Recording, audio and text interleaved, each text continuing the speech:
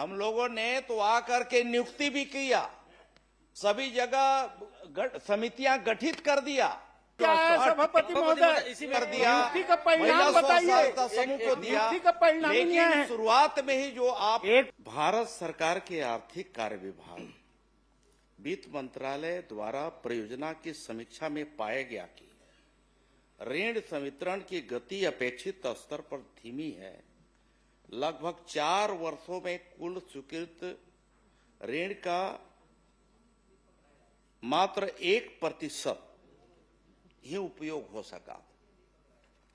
सभापति महोदय, इसलिए 18 मार्च 2025 द्वारा राज्य शासन को यह अवगत कराया गया कि विश्व बैंक अपेक्षाकृत कम प्रगति के कारण परियोजना अनुबंध समाप्त करना चाहती है और तदनुसार भारत सरकार के निर्देशानुसार इफाड से प्राप्त ऋणों का वित्तीय सहभागिता को दिनांक 26 मार्च 2025 से समाप्त कर दिया गया है। तो समर्पण आपके हैं, आरोप हम पे लगा रहे हो।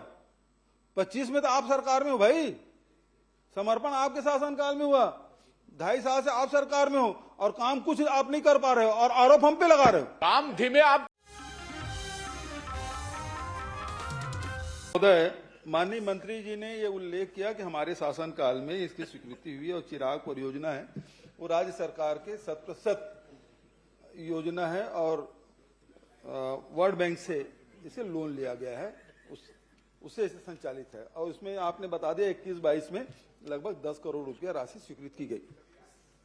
उसके बाद आपने कहा कि कोविड के कारण से ये संचालित नहीं हो पाया, लेकिन आपसे प्रश्न ये है, ये समर्पण किस तारीख को किया गया? जो पैसा आया था उसको समर्पण किस तारीख को किया गया है और क्यों किया गया? सभापति महोदय,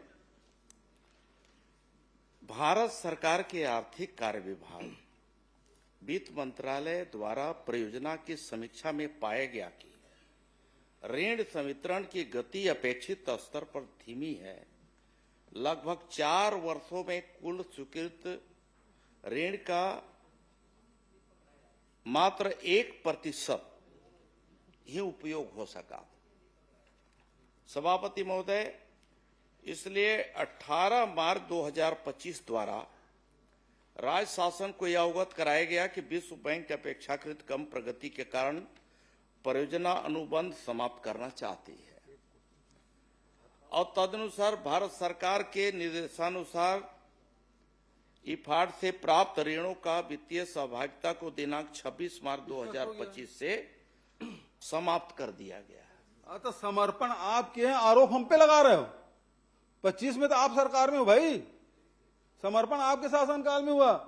2.5 साल से आप सरकार में हो और काम कुछ आप नहीं कर पा रहे हो और आरोप हम पे लगा रहे हो। काम धीमे आपके समय चल रहा था जिसके कारण उनको वो सही कारण बताना। 21 में कोरोना था, उल्टा समझ रहा हूं उसको। कोरोना हमारे समय था, 10 ही करोड़ आया, लेकिन उसके बाद जो पैसा आया 23 के बाद तो 24 और 25 इसमें कुछ नहीं काम किया और आपको बड़ा मंत्री जी अजय जी बता रहे बड़े क्षमतावान।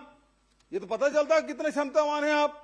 आपके विभाग में कोई कंट्रोल नहीं, कोई काम नहीं कर पा रहे हैं।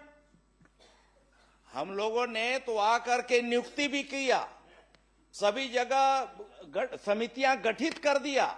मैं इसके पहले भी बताया, श्री अटल श्रीवास्तव ने हमने समिति गठित किया, सभापति महोदय कर दिया, नियुक्ति का परिणाम बताइए। समूह को दिया, नियुक्ति का परिणाम ही नहीं है। लेकिन शुरुआत में ही जो आप एक प्रश्न में आधा घंटा से ऊपर चर्चा हो गई, बाकी माननीय सदस्यों को भी प्रश्न लगा हुआ है, उतना ही महत्वाकांक्षी योजना जो है छत्तीसगढ़ से आज जो है बंद करना पड़ा। सभापति महोदय, आरोप 2 साल हो गया। किस बारे में पूछ नेताजी बोल मंडी। एक मिनट माननीय अध्यक्ष महोदय, इन्होंने गोवंशी को बताया 32.99, मतलब लगभग 33% प्रजनन योग्य हैं। और भैंस भी तो दूध देती है सरकार, बकरी भी देती है, बकरी तो दे ही रही है। और भैंस वंशी में आप देख लीजिए 3.7% है। तो आप भैंस की उन्नति, प्रगति और प्रजनन के लिए क्यों व्यवस्था नहीं कर रहे हैं?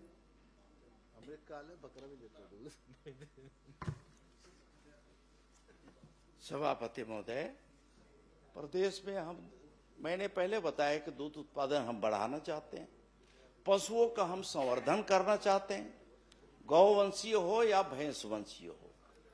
लेकिन हम सब यहाँ पर बैठे हैं, ग्रामीण परिवेश के भी लोग हैं। हम सब जानते हैं कि आज अपने घरों में गाय रखते हैं, भैंसे रखते थे, लेकिन आज उनके लिए कोई चारागाह का कोई जगह नहीं बचा। अब चारागाह नहीं होने की वजह से इनका क्षरण होते गया, राम कुमार अवसर जा रहा मिलना है। चाहिए। हम जितना हमें संरक्षित करना चाहिए था, उनका ढंग से ठीक रखा है, होना चाहिए आ गया था, जवाब आपका। वो नहीं हो अटल पा रहा है। श्रीवास्तव। इस वजह से लगातार जो गौवंश हो चाहे भैंसवंशी हो, लगातार जो है वो उनकी संख्या धीरे धीरे कम होते जा रही है। अटल श्रीवास्तव। माननीय सभापति गरवा महिला में राम कुमार को मौका मिलना चाहिए। सभापति महोदय, अटल श्रीवास्तव। सभापति महोदय,